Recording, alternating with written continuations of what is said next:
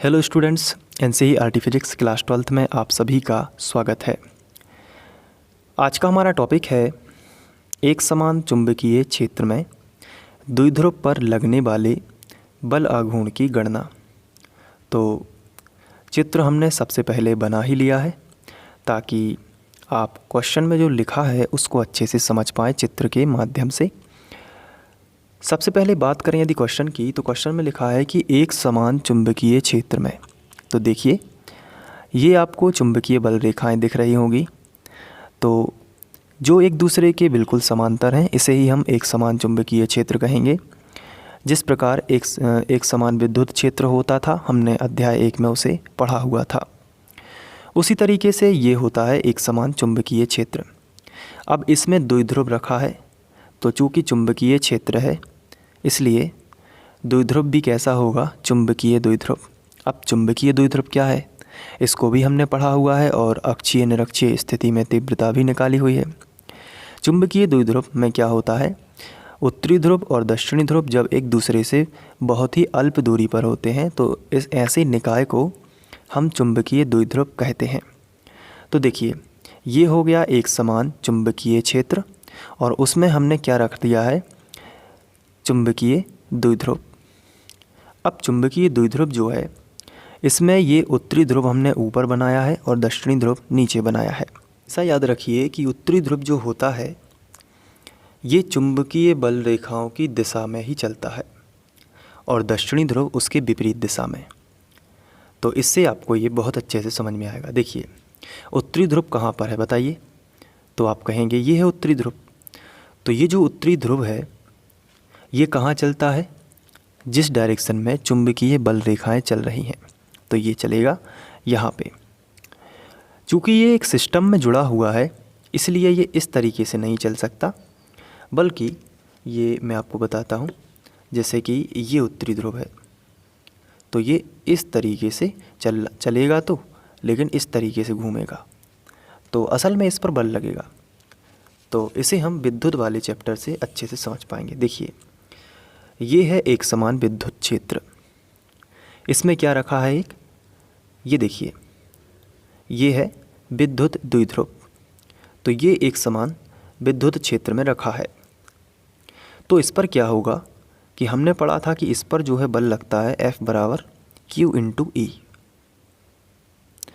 तो इस डायरेक्शन में, क्योंकि जैसे हमने यहाँ पे नॉर्थ के लिए परिभाषा बनाई है कि जिस दिशा में चुंबकीय बल रेखाएं होंगी उसी दिशा में ये उत्तरी ध्रुव चलता है, उसी तरीके से हमने विद्युत में भी एक परिभाषा बनाई हुई थी। वो क्या थी कि जिस दिशा में विद्युत बल रेखाएं चलती हैं उसी दिशा में प्लस क्यू चलता है। असल में होता क्या है कि ये प्लस क्यू के चलने का मार्ग ही होता है, तो आप दोनों तरीके से समझ सकते हैं।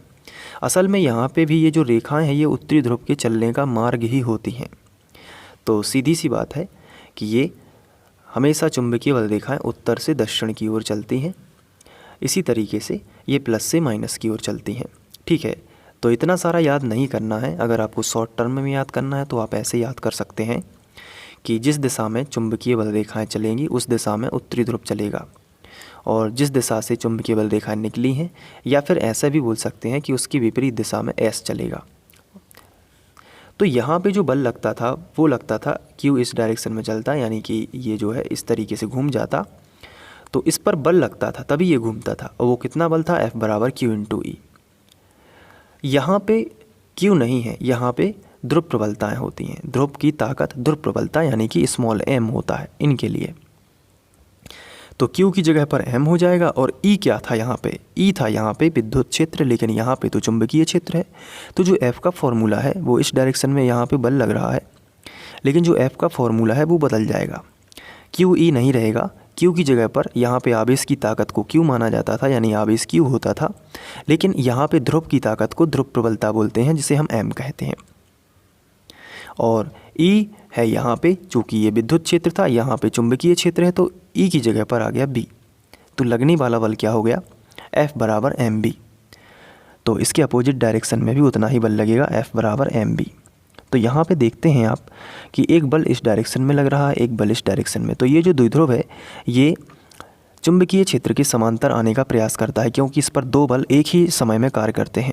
इसलिए बल युग्म का निर्माण हो जाता है और उसके कारण ये घूमता है। तो हमें वो बल आघूर्ण ज्ञात करना है कि कितने बल के साथ ये घूमा है। तो बल आघूर्ण के लिए, अब बल आघूर्ण को बेसिकली हम टाउ से दर्शाते हैं, तो वो हमें निकालना है। हालांकि विद्युत, जब हमने विद्युत का बल आघूर्ण निकाला था तो वो कितना था, पी साइन थीटा। अब इसमें देख लेते हैं कि इसमें क्या होगा। तो चलिए हम एक एक करके सिस्टमेटिक सभी चीज़ों को समझते हैं। तो क्वेश्चन को पढ़ के हमने ये चित्र बना लिया। सबसे पहले एक समान चुंबकीय क्षेत्र बना लिया, उसमें हमने चुंबकीय द्विध्रुव रख दिया। तो एन पर इस डायरेक्शन में बल लगेगा जो कि F बराबर एम बी होगा, और एस पर इस डायरेक्शन में बल लगेगा जो F बराबर एम बी, दोनों बराबर ही होंगे लेकिन विपरीत बल होंगे। तो इस तरीके से बल युग्म कार्य करता है, यानी कि दो बल एक ही समय में लग जाते हैं। तो भाषा लिखनी होती है, तो भाषा क्या लिखोगे, तो आइए देखते हैं। तो भाषा आपको याद नहीं करना है। भाषा कैसे लिखना है तो मैं आपको बता देता हूँ। देखिए ये क्या है, तो आंसर है ये तो चुंबकीय द्विध्रुव है। तो माना NS एक चुंबकीय द्विध्रुव है और इसकी लंबाई क्या होगी, इसकी लंबाई 2L होगी। और साथ में इसके जो ध्रुव हैं इनकी ध्रुव प्रबलता हम m मान लेंगे। तो पहले हम इसी के बारे में लिखेंगे, किसके बारे में, चुंबकीय द्विध्रुव के बारे में। माना NS एक चुंबकीय द्विध्रुव है, पहले तो ये लिख देना है, चुंबकीय द्विध्रुव है। फिर इसकी लंबाई लिख देना है, इसकी लंबाई कितनी है, 2L। हमने यहाँ पे लिख भी सकते हैं, तो लिखेंगे जिसकी लंबाई 2L है।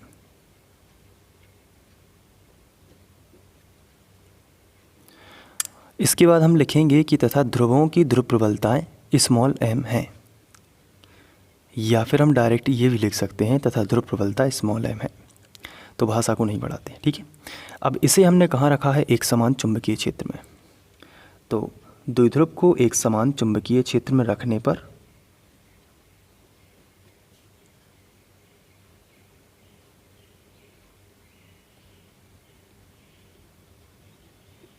एक समान चुंबकीय क्षेत्र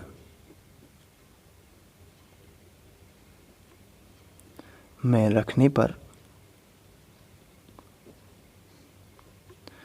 उस पर एमबी बल क्षेत्र की दिशा में और एमबी बल क्षेत्र की दिशा में तथा उत्तरी ध्रुव या दक्षिणी ध्रुव पर एमबी बल क्षेत्र के विपरीत दिशा में। इसको इस तरीके से लिखें, देखिए उत्तरी ध्रुव पर एमबी बल क्षेत्र की दिशा में, जिस दिशा में क्षेत्र है यानी जिस दिशा में चुंबकीय क्षेत्र है उसी दिशा में एमबी बल लग रहा है। तो क्या लिखोगे, एक समान चुंबकीय क्षेत्र में रखने पर उत्तरी ध्रुव पर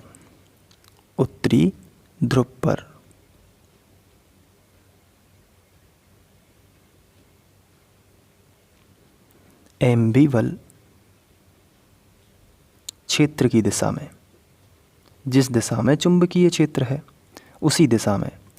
तो उत्तरी ध्रुव पर एमबी बल क्षेत्र की दिशा में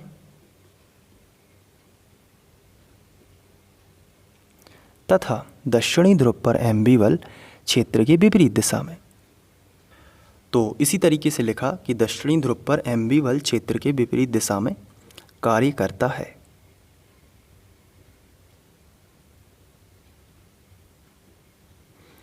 जिससे बल युग्म का निर्माण होता है।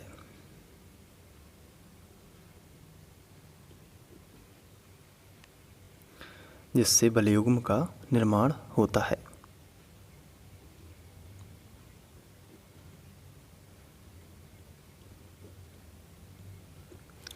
तो अब हम बल युग्म आघूर्ण निकालेंगे।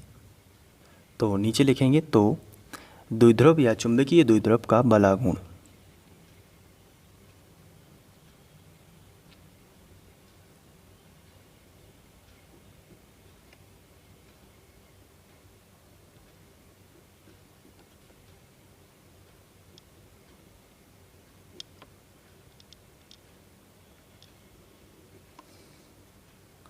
यहाँ पे हम बराबर का चिन्ह लगा के लिखेंगे। यहाँ पे चूँकि कैमरे से बाहर जा रहा है इसलिए यहाँ पे लिखेंगे।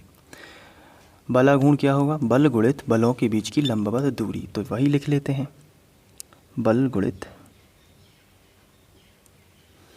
बलों के बीच की लंबवत दूरी।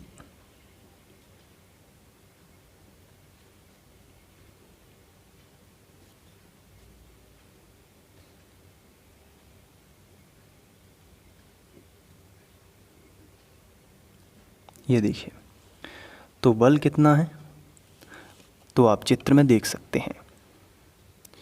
चित्र में बल कितना है mb, तो हम यहाँ पे लिखेंगे बल है जो वो है mb गुणित बलों के बीच की लंबवत दूरी। इसको समझना थोड़ा, यहाँ पे बलों के बीच की लंबवत दूरी के लिए हम क्या करेंगे, देखिए एक बल यहाँ पे लग रहा है इस डायरेक्शन में, तो थोड़ा सा काल्पनिक यहाँ पे चित्र बना लेते हैं। हालांकि ये नहीं बनाना है आपको, इसलिए मैं पेंसिल से बना देता हूँ। तो एक बल इस डायरेक्शन में लग रहा है और दूसरा बल इस डायरेक्शन में लग रहा है। तो दोनों के बीच की दूरी निकालने के लिए इसको थोड़ा सा इस बल को पीछे की ओर बढ़ाते हैं, यानी इस वाली लाइन को पीछे की ओर बढ़ाते हैं और यहाँ n से मिला देते हैं। और जो कॉर्नर आता है, ये वाला जो पॉइंट है, यहाँ पे हम कोई भी बिंदु दे देते हैं। जैसे हमने O दे दिया, तो आप P भी दे सकते हैं। चलिए P दे देते हैं, जैसे कि हमारे नोट्स में है। नोट्स तो आपने डाउनलोड कर ही लिए होंगे, तो उसमें है जैसे ही। तो ये हमने P बिंदु लिया। अब ये चित्र में आपको बनाना है, ये वाला हिस्सा बस बनाना है आपको, ये वाला, और यहाँ पे बिंदु P। तो एक बल इस डायरेक्शन में है, एक बल इस डायरेक्शन में है, दोनों को मिलाया तो ये लंबवत दूरी मिली। दोनों बलों के बीच की दूरी NP है ना। ये एक बल ये है और एक बल ये है, तो दोनों के बीच की दूरी कितनी है NP, तो ये हो जाएगी दोनों बलों के बीच की दूरी। तो अपन यहाँ पे हम लिखेंगे NP, ये हो जाएगा। तो इसके बाद हम इसे बनाएंगे समीकरण 1।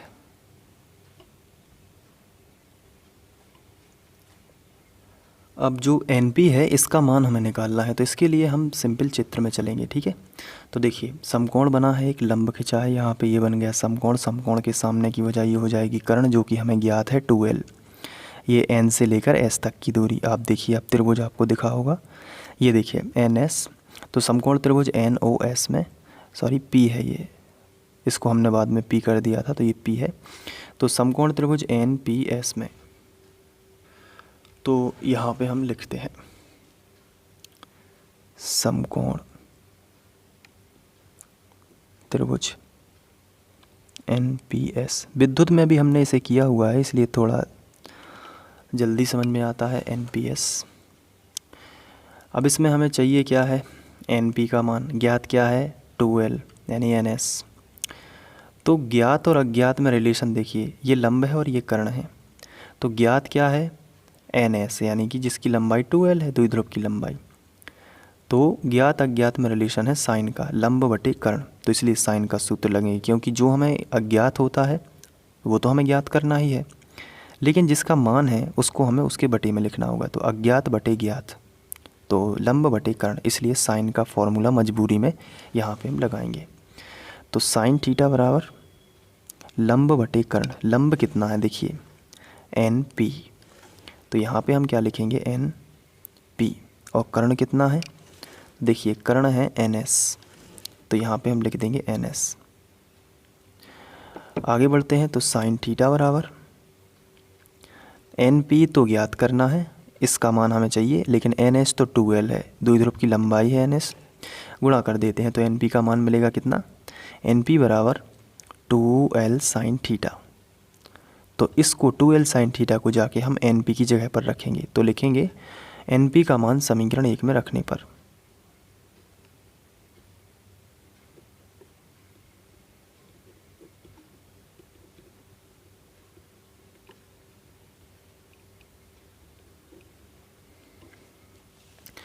तो समीकरण 1 ये है, और चूंकि ये द्विध्रुव बलागुण है तो इसे हम टाउ से दर्शाएंगे, तो ये भी टाउ हो जाएगा। तो टाउ बराबर समीकरण 1 क्या है, टाउ बराबर MB गुणित, तो यहाँ पे हमने लिखा MB गुणित NP। NP का मान है 2L साइन थीटा, तो ये हमने लिख दिया 2L साइन थीटा। लेकिन यहाँ पे अगर आप ध्यान से देखें तो ये 2L है और ये क्या है M, तो ये 2L और ये M, ये मिलकर बनाएंगे कैपिटल M चुंबकीय आघूर्ण जिसे हम कहते हैं, और ये B ज्यों का त्यों। तो 2L और M की जगह पर रख दिया कैपिटल M, और ये B ज्यों का त्यों और साइन थीटा। रीजन दे देना है कि चूँकि जो कैपिटल एम है वो बराबर होता है छोटे एम और इंटू 2L, इसे हम चुंबकीय आघूर्ण कहते हैं। और विद्युत में क्या होता था, विद्युत में यदि बात करें तो Q इंटू 2L होता था। ये क्या होता था, कैपिटल P।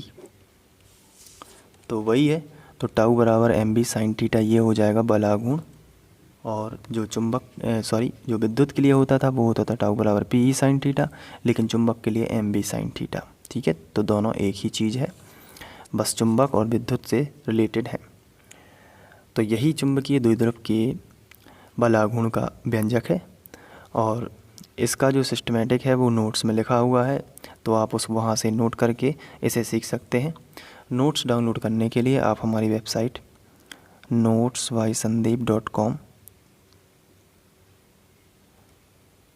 पर विज़िट करें और आपको फ्री में नोट्स वहाँ पे मिल जाएंगे, तो उससे आपको पढ़ने में सहूलियत हो जाएगी। तो एक छोटा सा प्रयास है वो, तो उससे आपको क्या होगा। और ये जो व्यंजक हैं ये मैं बहुत ही हल्के मन से इसलिए समझा रहा हूँ क्योंकि हमने इन्हें विद्युत में पढ़ लिया है, तो थोड़ी सी हिंट से ही ये जल्दी से समझ में आ जाते हैं। तो उम्मीद है कि आप इसे अच्छे से कर लेंगे और पढ़ाई निरंतर जारी रखें। Thank you.